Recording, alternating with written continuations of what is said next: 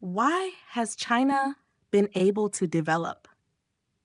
Capitalism? Socialism? A deep dive into China's 40-year economic miracle. You've probably heard the saying, "What doesn't kill me makes me stronger." But even so, you might still find it hard to believe that after the US imposed more than 3,000 tech sanctions on China, China didn't collapse. Instead, its pace of technological development actually accelerated. You might also find it unbelievable that a country of 1.4 billion people managed to achieve 150 years of economic growth in just 40 years. Why is it that the more the world becomes competitive, the more other countries struggle? Yet China seems to grow stronger the harder it works. Today, we're going to break down this economic miracle that has shocked the entire world. The logic behind it is far more complex than most people imagine. You may know that China has changed a lot over the past 4 decades, but only by looking at the numbers can you understand how dramatic the transformation is. From 1980 to 2024, China's GDP grew 590 times.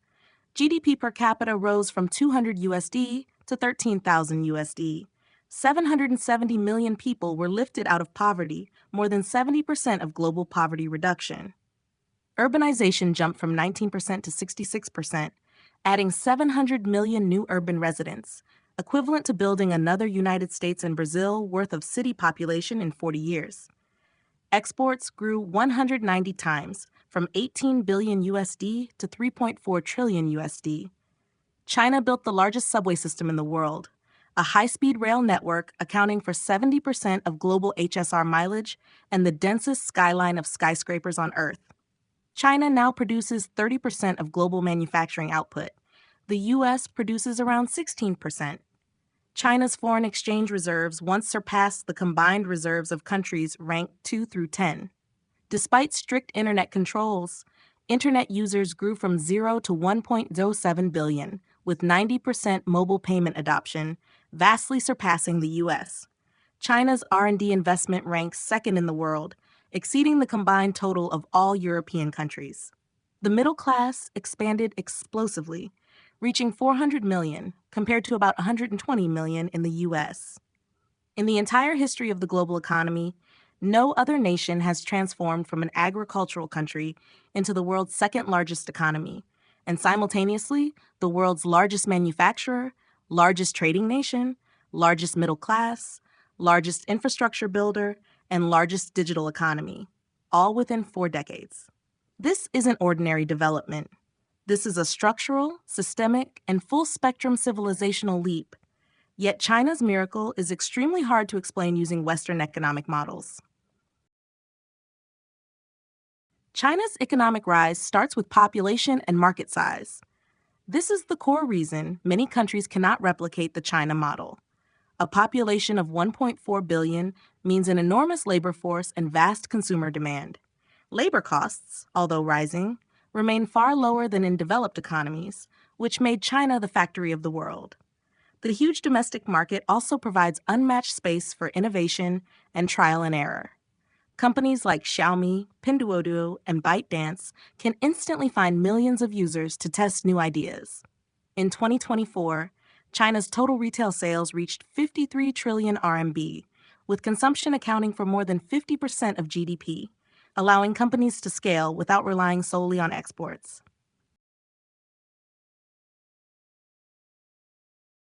China combines features of both socialism and capitalism. There is market freedom, but also strong government intervention.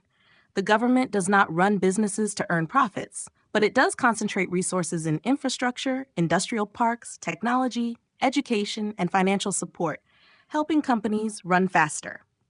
Example, high-speed rail. In under 20 years, China built over 40,000 kilometers of HSR, two-thirds of the global total. This wasn't reckless investment. It boosted employment and drove entire supply chains. Steel, cement, electronics, machinery, and more. Government intervention in China is targeted guidance, not rigid central planning. Like a top-level coach, it pushes firms to reach their highest potential. Another secret weapon of China's economy is Gradual reform plus competition among local governments. Deng Xiaoping famously said, China must cross the river by feeling the stones. China adopted many elements of a market economy, but it still faced challenges no Western nation ever experienced. After the Cultural Revolution, China could not move from one uncertainty into another. Reform had to be step by step, with constant correction. Reforms started in rural areas in 1978, then experimental zones like Shenzhen in the 1980s, and eventually scaled to the entire country. Local leaders, whether mayors or county chiefs, are like students taking a nationwide exam. GDP growth, infrastructure, and innovation become their test scores.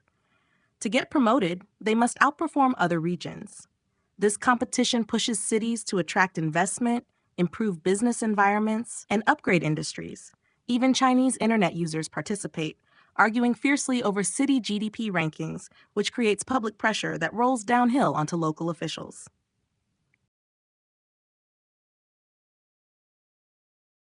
Entrepreneurs are the soul of China's economy. Since private enterprise became legal in 1978, companies like Tencent, Alibaba, Huawei, BYD, ByteDance, and others grew from zero to global giants. China's massive market plus entrepreneurial ambition, rapid innovation.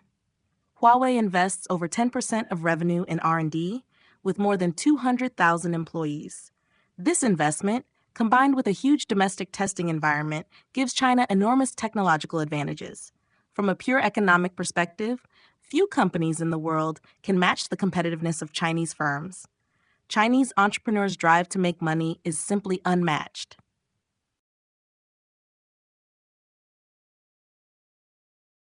Chinese culture is also an invisible accelerator. Traditional values emphasize hard work and collective honor. Education is highly valued by the state, with higher education enrollment surpassing 60% in 2024. Collectivism and organizational capability allow policies and projects to roll out quickly. During the pandemic, China's community mobilization and supply coordination were astonishing. Some believe China lacks a social contract, but China's social contract is different, not absent. There is a Chinese idiom, customs formed through long practice. Rules are upheld through shared social norms, not only legal contracts. China's implicit social contract relies on morality, customs, and unwritten expectations. Breaking these norms can lead to social pressure as powerful as legal punishment. This creates a highly efficient and coordinated social system. Globalization brought China more opportunities than risks. Cheap labor fueled labor-intensive exports. In the 1990s, exports accounted for over 25% of China's GDP. China also used its latecomer advantage to adopt foreign technologies, reduce trial and error costs, and rapidly improve. Electric vehicles and solar power are perfect examples. China went from follower to global leader in just 10 years. Foreign investment and returning overseas students helped accelerate knowledge transfer. China's financial system is imperfect, yet government intervention repeatedly prevented crises. Traditional saving habits led to high savings rates, about 30% in 2023, among the highest in the world. Local governments pushed growth through land finance and massive infrastructure investment. From 2000 to 2020, fixed asset investment averaged over 40% of GDP. High investment is risky, but it helped China accumulate capital extremely fast. The saying goes, if the US is good at going from 0 to 1, China is good at going from 1 to N. China's innovation is not always about creating something from nothing, but scaling, optimizing, and applying technology at incredible speed. In 2024, BYD sold 4.27 million EVs worldwide, transforming from imitator to exporter. China produces 75% of the world's solar panels, driving costs sharply down. China copies, improves, scales, and innovates, forming a closed loop of competitiveness.